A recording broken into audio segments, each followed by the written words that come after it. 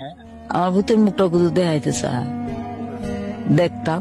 অন্ধেহন যেত না, অন্ধেহন যেত না।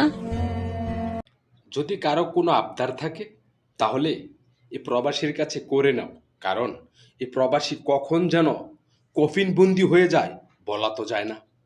যেমন এই এক প্রবাসী রেমিটেন্স ফাইটার, সেও আজ চিরদিনের জন্য চলে গেছে ওপারে।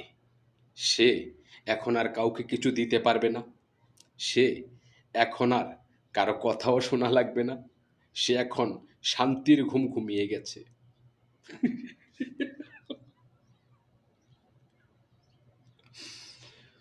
একটা প্রবাসীকে সবচেয়ে বেশি মানসিক চাপ দেয় তার ফ্যামিলি, আর ওই প্রবাসী ওই চাপ সহ্য না করতে পেরে ধুকে ধুকে তার জীবনটাই শেষ করে দেয়। আজ কার কাছে চাইবে?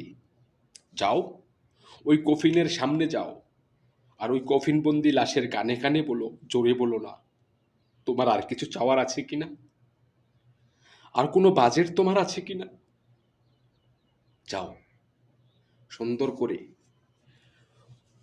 ওই প্রবাসীর কাছে ঠান্ডা মাথায় চেয়েও।